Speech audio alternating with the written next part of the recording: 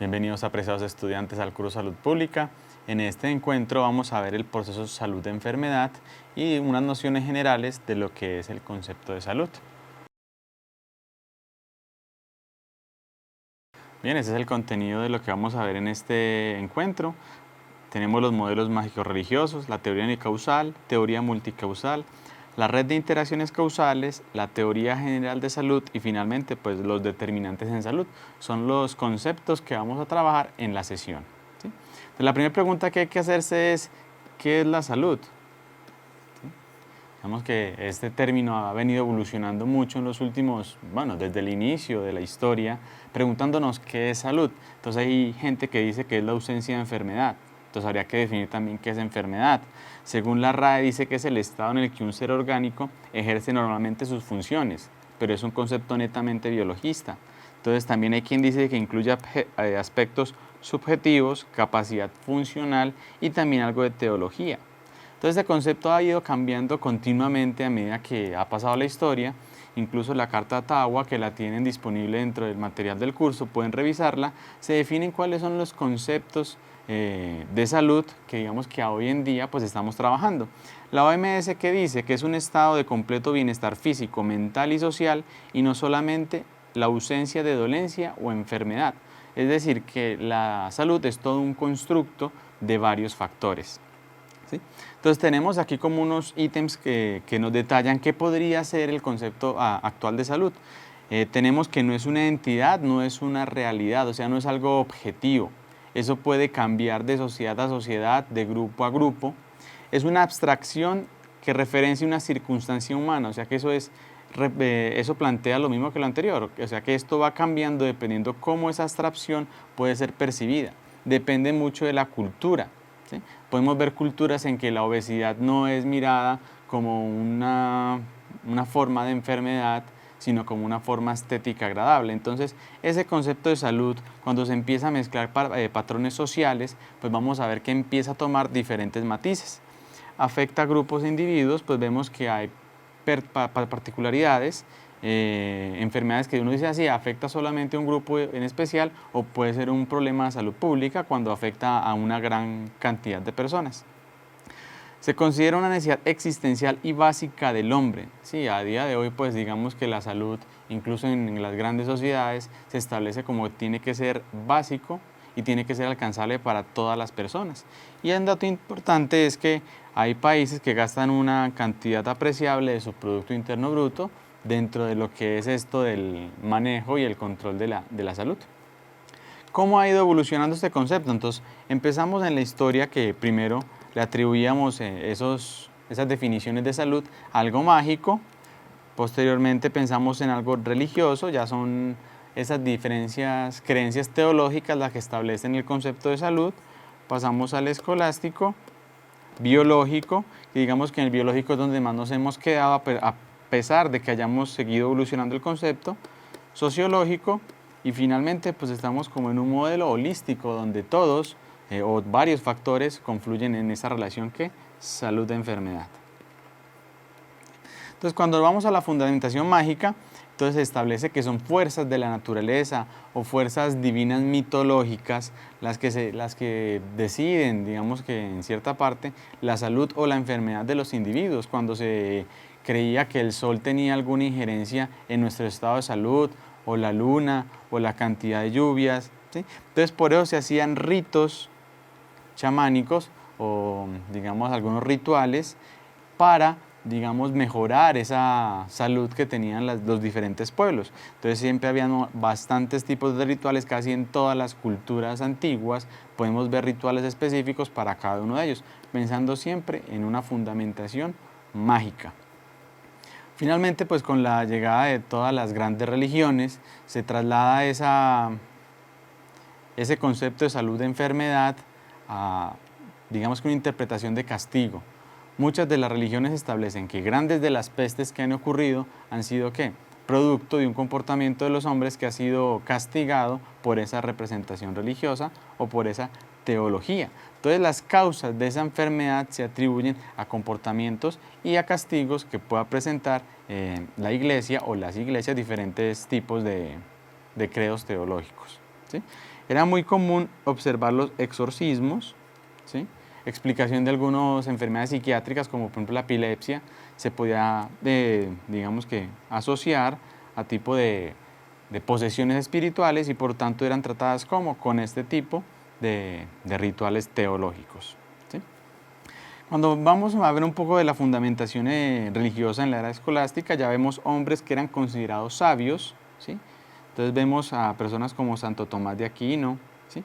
Ellos eran, digamos, los intérpretes de la voluntad de Dios y también ellas eran como el que predecía las consecuencias, el que daba los patrones a seguir y cómo también a través de ellos se podía llegar a lo que es la curación de algunas enfermedades tratadas en esta época. ¿Qué otras formas terapéuticas del siglo XV podemos encontrar? Ley de los contrarios, ¿sí? Entonces, por ejemplo, la fiebre es tratada con emplastos fríos, el frío se trata con calor, entonces si alguien tiene algún problema de hipotermia se le colocaban medidas que subieran su temperatura, ¿sí? Se empleaban vomitivos y eran darle sustancias para que las personas expulsaran lo que habían ingerido si se creía que lo que había consumido le había producido algún tipo de malestar. Entonces se buscaban la teoría como de los contrarios. El problema era estomacal, sacar lo que se habían comido. Si el problema era de fiebre, pues entonces tratarlos con temperaturas, ¿sí? Bueno, a partir del siglo XVII, digamos que este concepto salud-enfermedad empieza a cambiar, pasándonos más al lado de las ciencias exactas. Entonces ya empezamos a ver materias como biología, como matemática, que son las que se van a encargar de explicar más el proceso de salud-enfermedad, ¿sí? Entonces el concepto de probabilidad, entonces vemos que las enfermedades no son aleatorias, no simplemente alguien se enferma, hay alguna causa que pueda llegar a ocasionarlas. Entonces ahí la probabilidad juega un papel fundamental, esta rama de la matemática. Entonces ya se empieza a clasificar las enfermedades infecciosas y las sociales que eran producidas por el hombre, ¿sí? Entonces con esto en el siglo XIX lo que es la microbiología y la toxicología también empieza a aportar ese insumo para determinar todo lo que es el concepto salud-enfermedad. Entonces ya vemos una primera teoría unicausal que es muy biológica, donde tenemos los postulados de Koch, ¿sí? Del famoso bacilo de la tuberculosis. Entonces hay unos postulados donde hay un agente que es el que genera la enfermedad, puede ser biológico, químico, físico, que causa un daño en el huésped y en este caso el huésped pues, sería la persona. Entonces el primero es que el microorganismo se halla siempre presente en la enfermedad. Quiere decir que si alguien está enfermo es porque hay un microorganismo que causa la enfermedad. Si no lo tiene, pues no tendría por qué estar enfermo. El segundo, el microorganismo no se encuentra en ninguna otra enfermedad. Quiere decir que hay un microorganismo específico para cada uno de las enfermedades que se puedan tener. Y el tercero, el microorganismo aislado bajo ciertas condiciones produce o reproduce, la patología. O sea que si tuviésemos el microorganismo aislado y se le inocula a una persona por algún motivo, pues este presentará ¿qué? Esa misma patología, ¿sí? Ventajas de este modelo, pues ese prácticamente es el inicio de la farmacoterapéutica. Entonces los medicamentos, principalmente los antimicrobianos, empiezan a crearse. Entonces estos medicamentos que controlan las enfermedades que efectivamente son causa de ¿qué? De agentes biológicos, ¿sí? Entonces ese es el inicio de esta gran ventaja, de esta arma terapéutica contra microorganismos. ¿Cuál es digamos que la principal desventaja que tiene? Que es un concepto muy reducido. Entonces, ¿qué pasa con las condiciones sociales? Es que una persona se infectó de tuberculosis, pero ¿en qué entorno está? ¿Con quién se relaciona? ¿Cuáles son sus estilos de vida? Entonces, ¿dónde quedan esas otras variables que también tienen que ver con ese proceso de la enfermedad? Si bien es cierto que hay un agente que produce esa enfermedad, entonces, ¿qué causas hicieron que esa persona se contagiara de ese agente? Entonces la teoría unicausal se queda, digamos, se corta, por eso empiezan a aparecer otro tipo de teorías. Tenemos la teoría multicausal de la enfermedad, donde aquí ya tenemos el agente, el mismo anterior, tenemos el huésped, que es quien se va a infectar, pero tenemos otra característica que se llama medio ambiente, ¿sí? ¿Cuáles son esas otras características que intervienen en todo este proceso de infección? ¿Sí? Entonces, aquí podemos analizar condiciones climáticas, digamos si hay algún pozo séptico cerca, si es que cuál es la potabilidad del agua. ¿Sí? Este medio ambiente, cómo va a influir en la presencia o ausencia de esta enfermedad.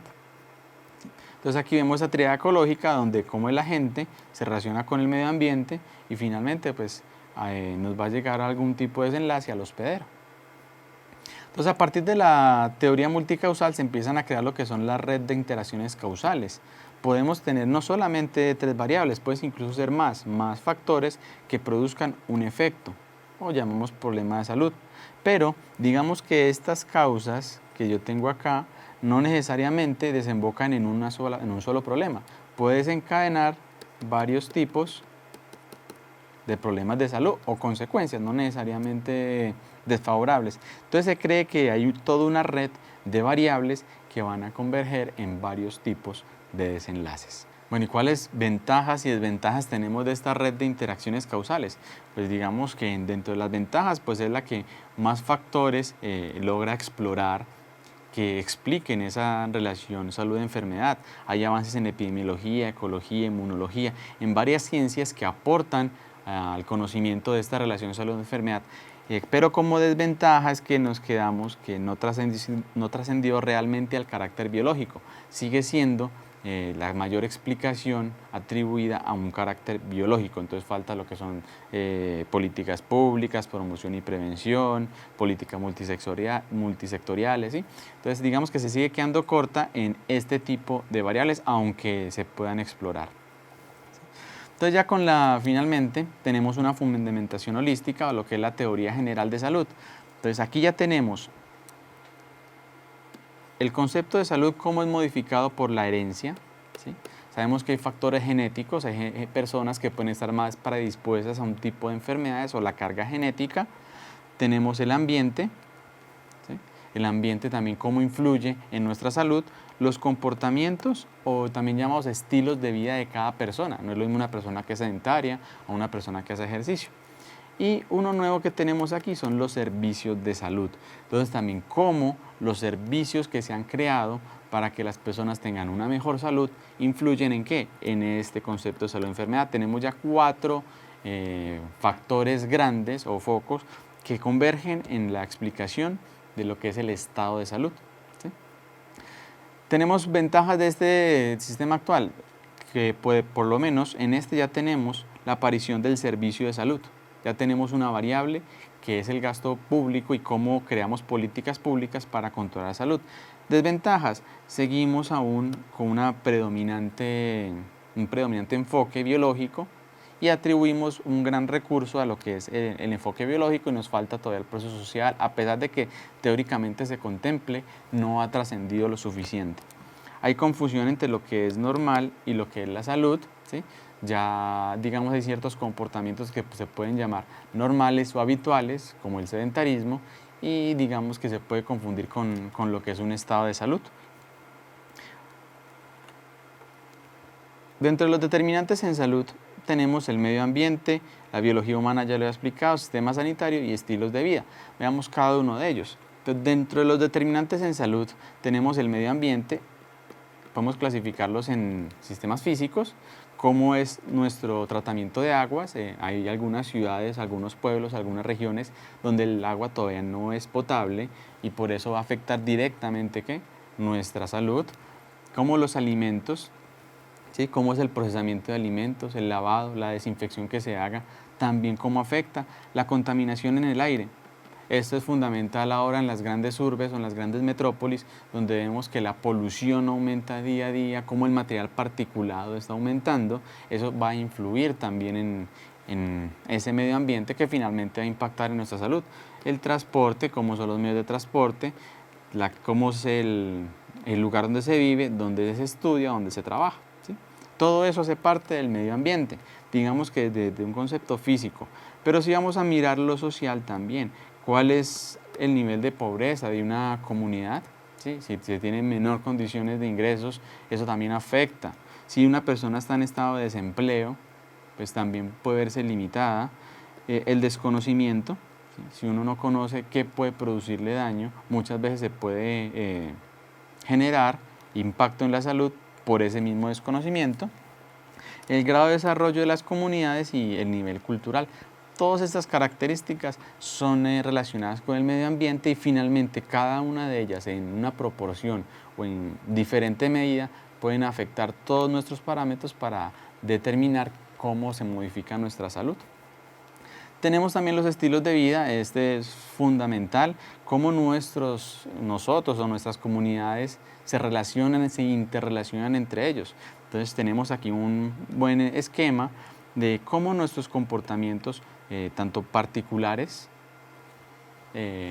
pueden proyectarse a nuestra sociedad y cómo sus estilos de vida pueden modificar tanto la salud pública como la salud individual.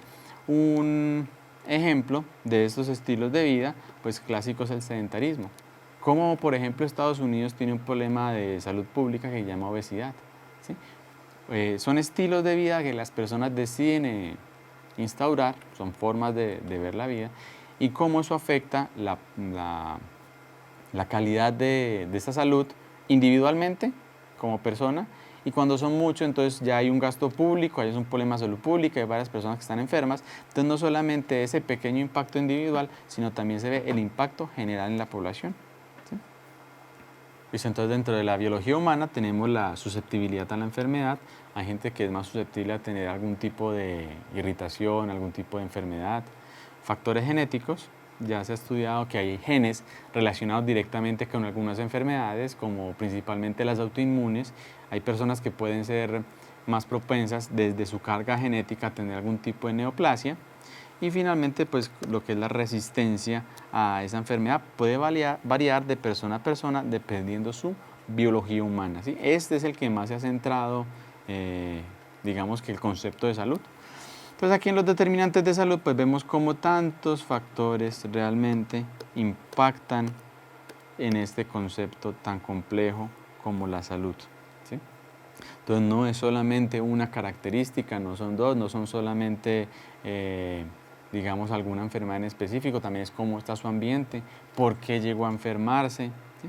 Entonces todo eso se ha estudiado y si digamos que se ha mirado el impacto que tiene cada uno de esos factores. Esta publicación es interesante porque muestra la contribución a la morbimortalidad, o sea, cuánto se enferma y se muere la gente, según los factores anteriormente estudiados, en comparación al gasto público en salud en Estados Unidos. Entonces vemos que la biología humana aporta un 27% de la contribución a la morbimortalidad.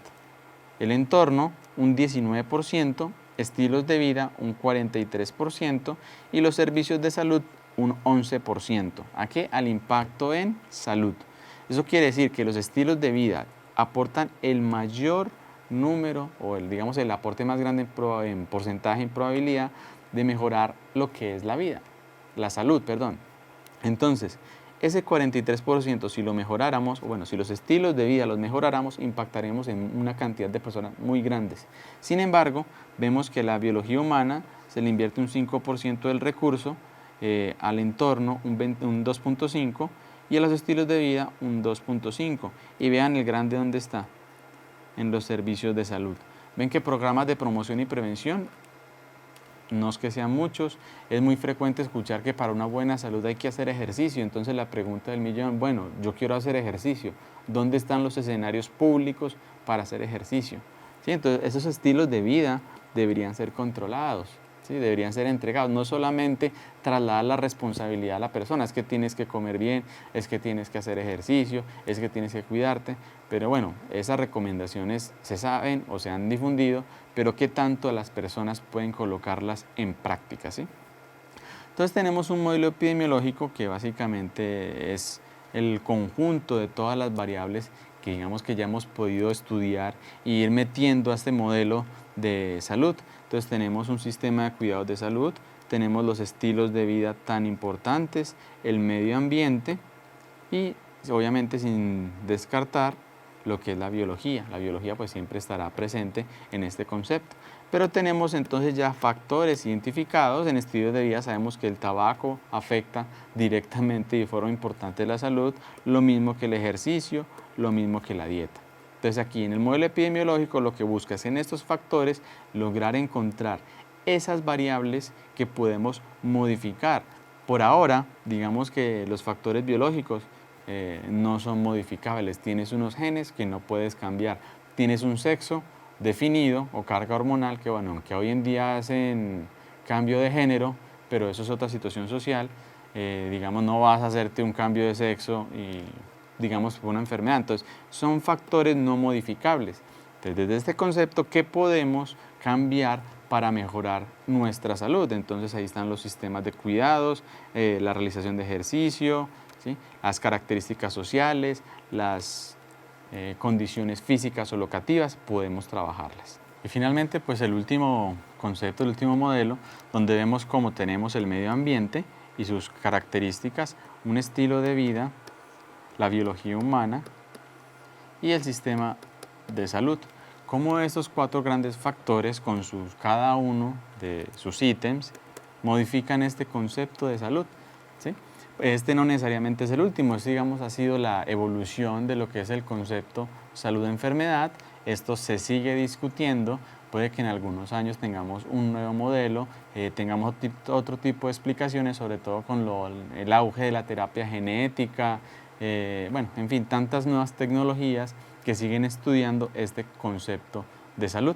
Toda esta información pues, va a ser complementaria para que sea articulada con las ciencias agrarias.